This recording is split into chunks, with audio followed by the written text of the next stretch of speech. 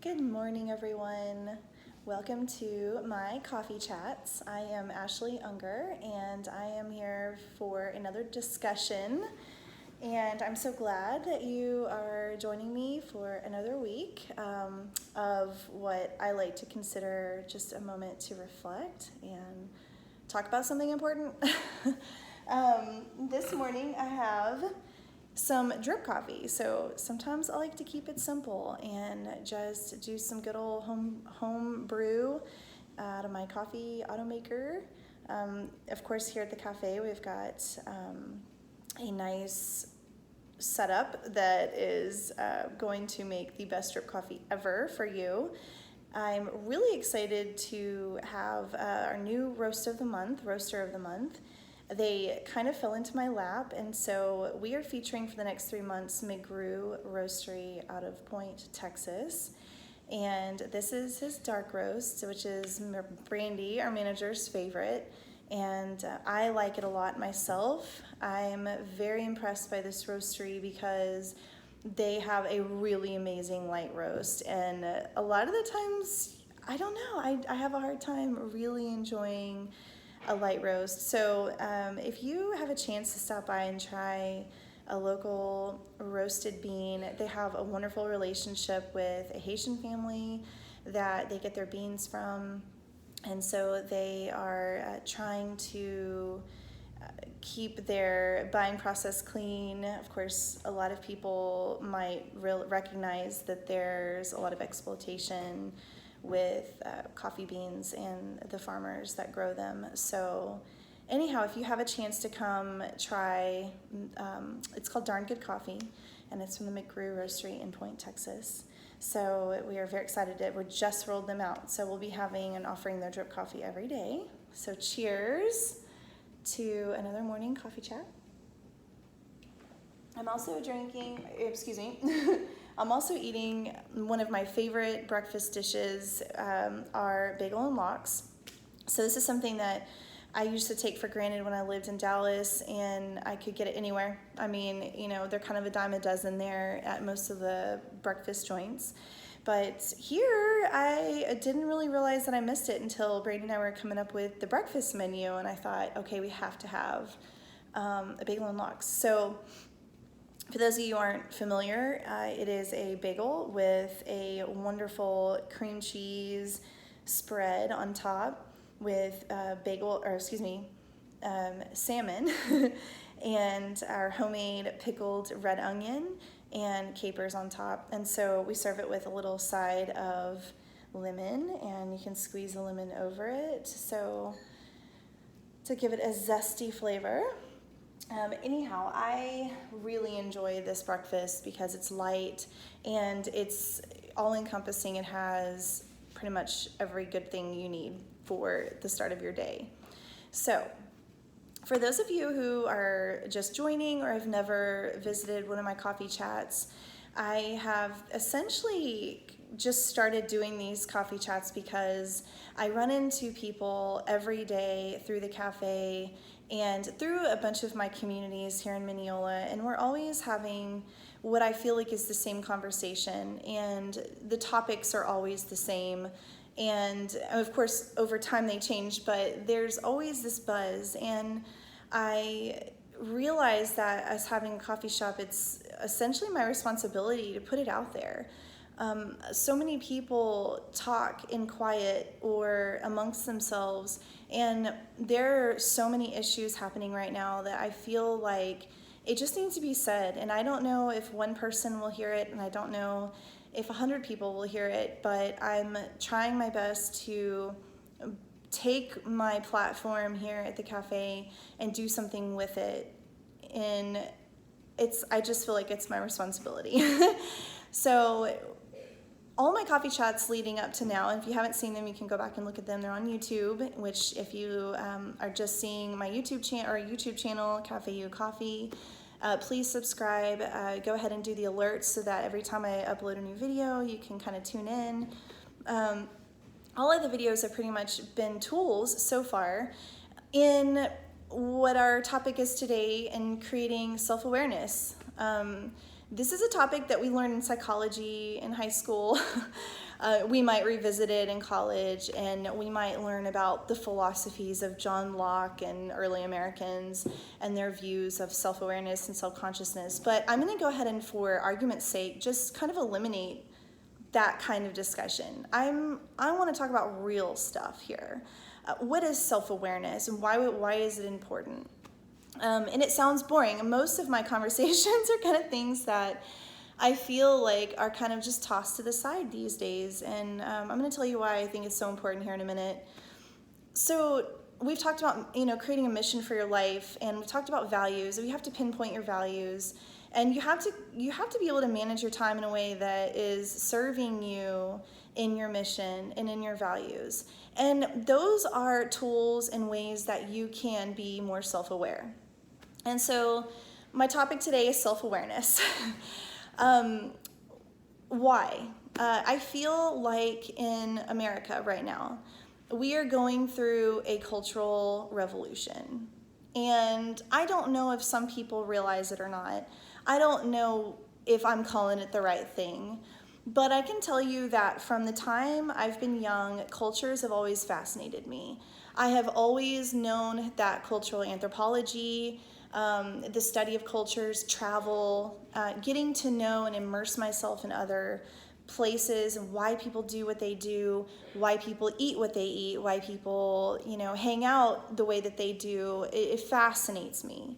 So living in my own culture here in America is something that I'm always in tune with. I'm always thinking, what are our values as a culture, not as an individual? What is the direction we're going? What advantages are there to being a part of our culture? What disadvantages? So these are I tried to keep those conversations with myself very non-biased and open. Of course they are somewhat biased, but I try to just observe. What do I see? How do people act? How are people raised? What happens from generation to generation? And so what I feel right now in my bones, and just from traveling and understanding other cultures, is we are in a literal upheaval right now. America has no identity at the moment. It is lost. So what does that say for all of our youth who are trying to figure out their own identity? So you have your own self-awareness within a cultural awareness, right? So you've got a small micro version and you have the bigger version. And I'm always so fascinated and focused on the bigger version. Lack of terms here. I'm just speaking from my heart. I'm not using probably exact terms.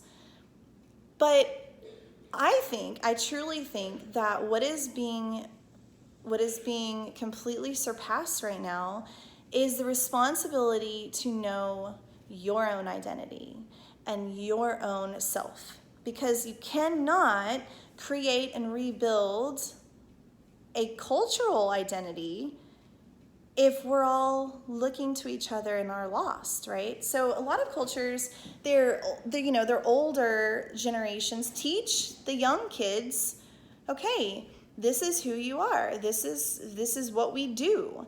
This is our life. This is how you contribute when you get older. This is how you raise your kids. This is how you create a home. I don't really think that that's being done anymore. Maybe I'm wrong, but I really feel like there is this huge disconnect. And we are doing a major injustice major injustice for our youth. They're lost. I see it all the time. I hear it all the time. I hear other parents talk about it all the time. All of our institutions in America are broken. You can name them all. Our education, our healthcare system, you name it, our banking, our economy, are all at the mercy of those who are making the decisions. Are those decisions that reflect the general opinions of the people? Well, I don't think so. Is there a certain dividing and conquering happening right now? I believe so. So how do you fix that? You take personal responsibility. You create your own identity when you're young, and if you're older, you do it then, whatever. It's never too late. You figure out what's important to you. You spend your time adequately. You quit living in fear. And you work on becoming a strong person who has something to offer, who has support from people and not being withdrawn. You have support from family and friends who can teach young people how to be. America, our ideology, I don't really ever feel like we were maybe unnecessarily free. I don't really feel like it was necessarily always equal. But what are we focusing on here? What is the thing we really should be focusing on? It's not our differences, y'all. It's what we have in common.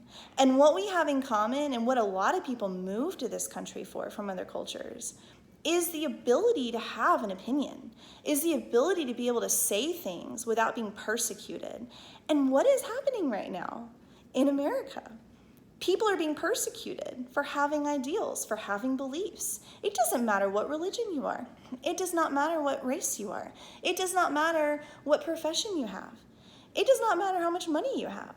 Everybody has a right to have an opinion. And I feel like if you have a business or you have a lot at stake, those people that have intuition about what is really happening right now are quiet. And why are they quiet? Because they don't want to be implicated. They don't want their business to be shut down. They don't want people claiming that they're this or that.